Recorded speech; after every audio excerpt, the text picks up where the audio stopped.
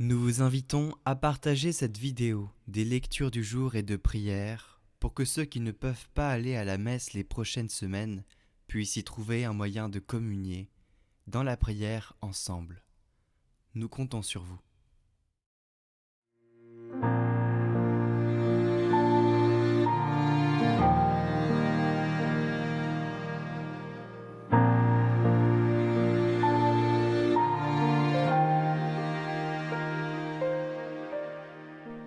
Lecture du livre de l'Exode. En ces jours-là, dans le désert, le peuple manquant d'eau souffrit de la soif. Il récrimina contre Moïse et dit : Pourquoi nous as-tu fait monter d'Égypte ? Était-ce pour nous faire mourir de soif avec nos fils et nos troupeaux ? Moïse cria vers le Seigneur : Que vais-je faire de ce peuple ? Encore un peu, et ils me lapideront.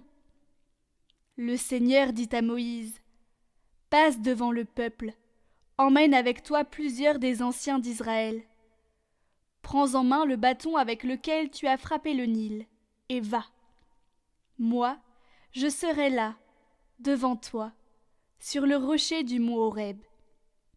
Tu frapperas le rocher, il en sortira de l'eau, et le peuple boira. Et Moïse fit ainsi sous les yeux des anciens d'Israël.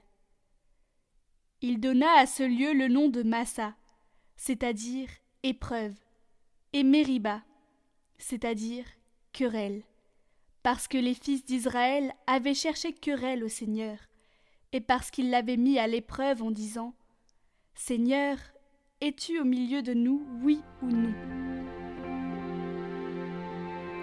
Aujourd'hui, ne fermez pas votre cœur, mais écoutez la voix du Seigneur. Venez, crions de joie pour le Seigneur. Acclamons notre rocher, notre salut. Allons jusqu'à lui en rendant grâce. Par nos hymnes de fête, acclamons-le. Entrez, inclinez-vous, prosternez-vous. Adorons le Seigneur qui nous a fait. Oui, il est notre Dieu. Nous sommes le peuple qu'il conduit. Aujourd'hui, écouterez-vous sa parole ? Ne fermez pas votre cœur comme au désert, où vos pères m'ont tenté et provoqué, et pourtant ils avaient vu mon exploit.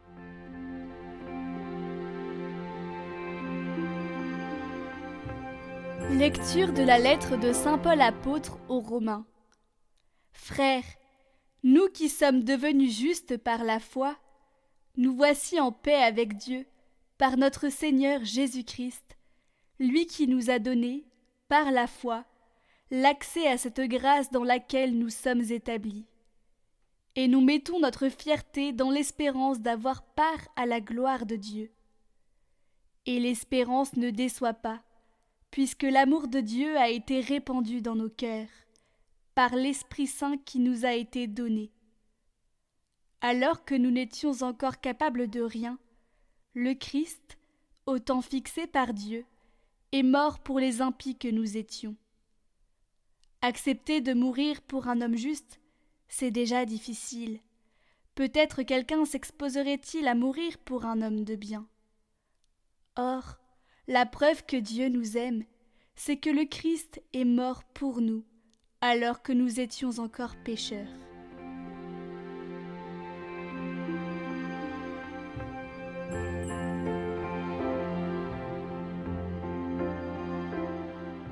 Évangile de Jésus-Christ selon saint Jean.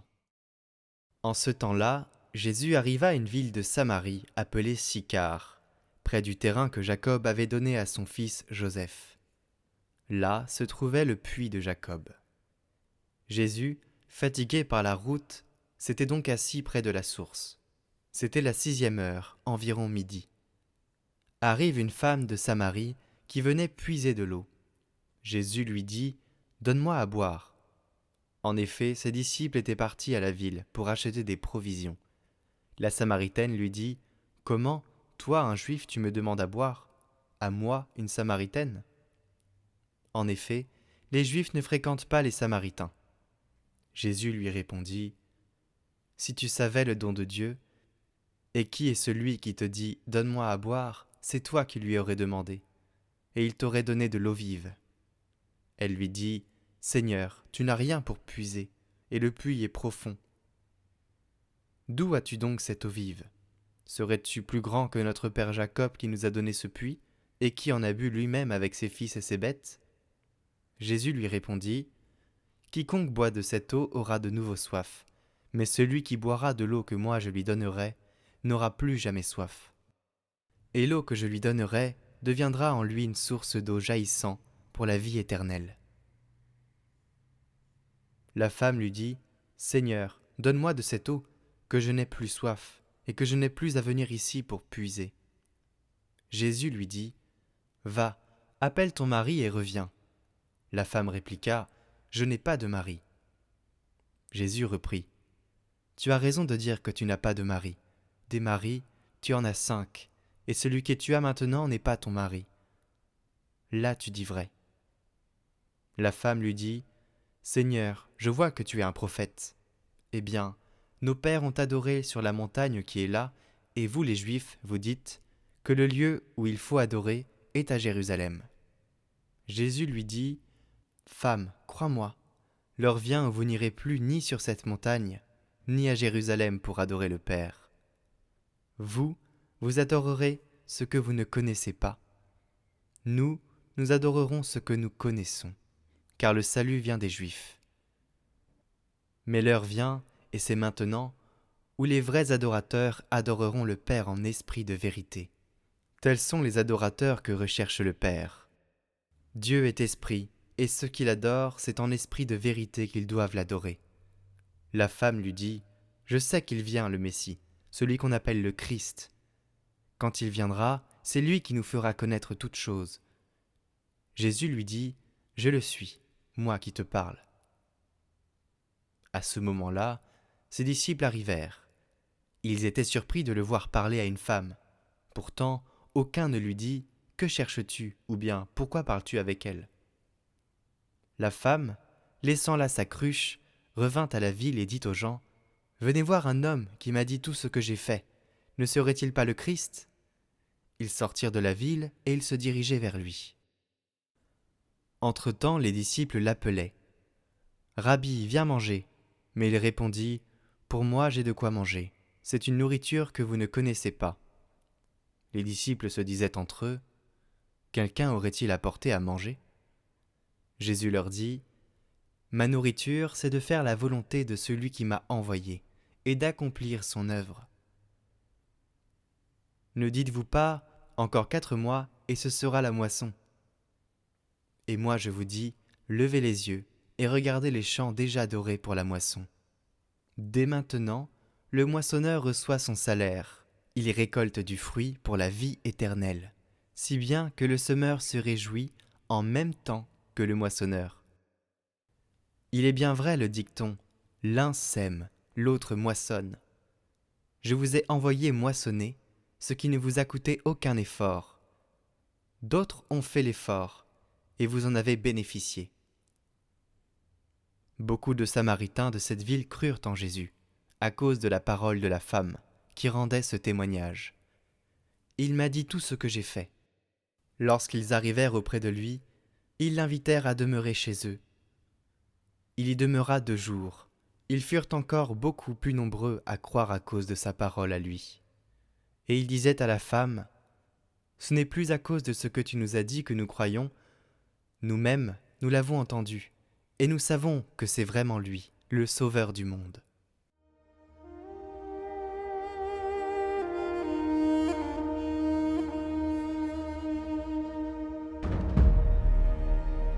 Le Fils de Dieu, dans l'Évangile du jour, promet à la Samaritaine une eau toute spéciale pour apaiser sa soif une fois pour toutes. C'est bien lui qui avait soif et demandait de l'eau à la Samaritaine. Mais en fin de compte, c'est lui qui devient le donneur universel de l'eau qui vivifie. Jésus, le pédagogue par excellence, amène la Samaritaine à le reconnaître comme le Sauveur, faisant ainsi d'elle une missionnaire chargée d'annoncer à tous la présence du Sauveur au milieu des hommes. Grâce à cette femme méprisée par les Juifs parce que samaritaine, toute la population d'une cité eut l'occasion d'entendre le Sauveur. Chers frères et sœurs, tout vrai disciple du Christ, après avoir bu à la source divine, doit devenir missionnaire.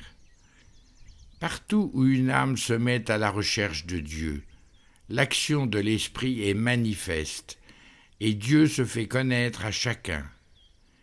Quel que soit notre âge, notre race ou notre niveau de vie, nous pouvons donner Dieu au monde. Que l'Esprit de Dieu habite en nous et nous y aide. Dieu vous bénisse.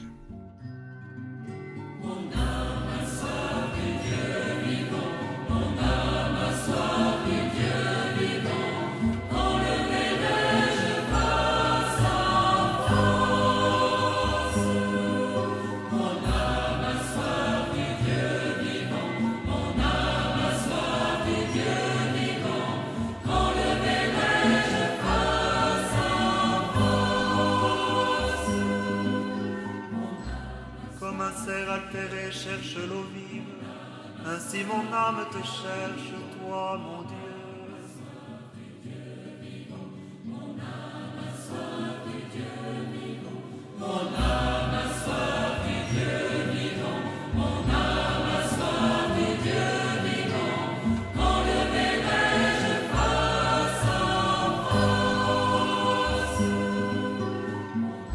Envoie ta lumière et ta vérité, qu'elle guide mes pas et me conduise à ta montagne sainte, jusqu'en ta demeure.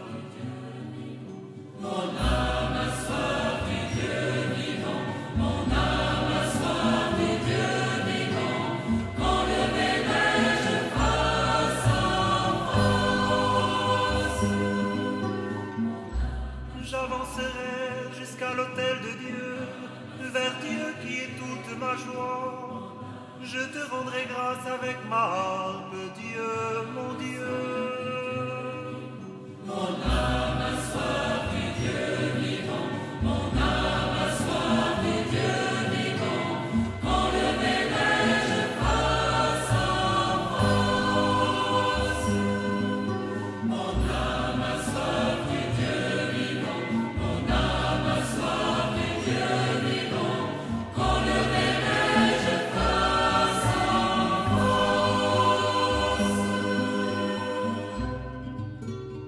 Prions pour toutes les intentions de cette semaine.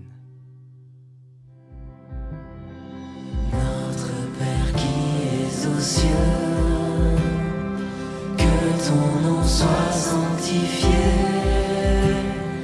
que ton règne vienne, que ta volonté soit faite sur la terre comme au ciel. Donne-nous aujourd'hui notre pain de ce jour. Pardonne-nous nos offenses, comme nous pardonnons aussi à ceux qui nous ont offensés. Ne nous laisse pas entrer en tentation, mais délivre-nous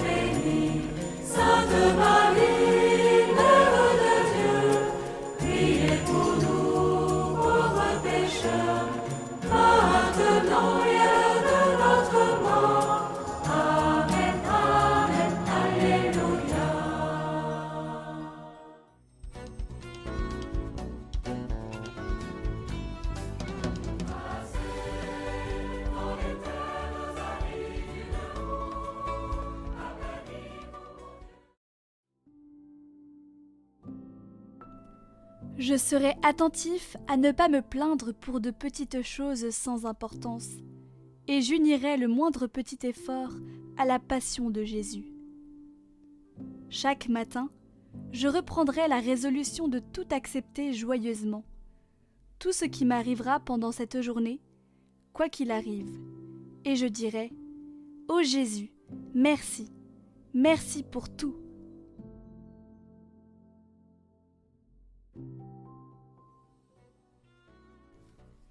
Ô Jésus, merci, merci pour tout.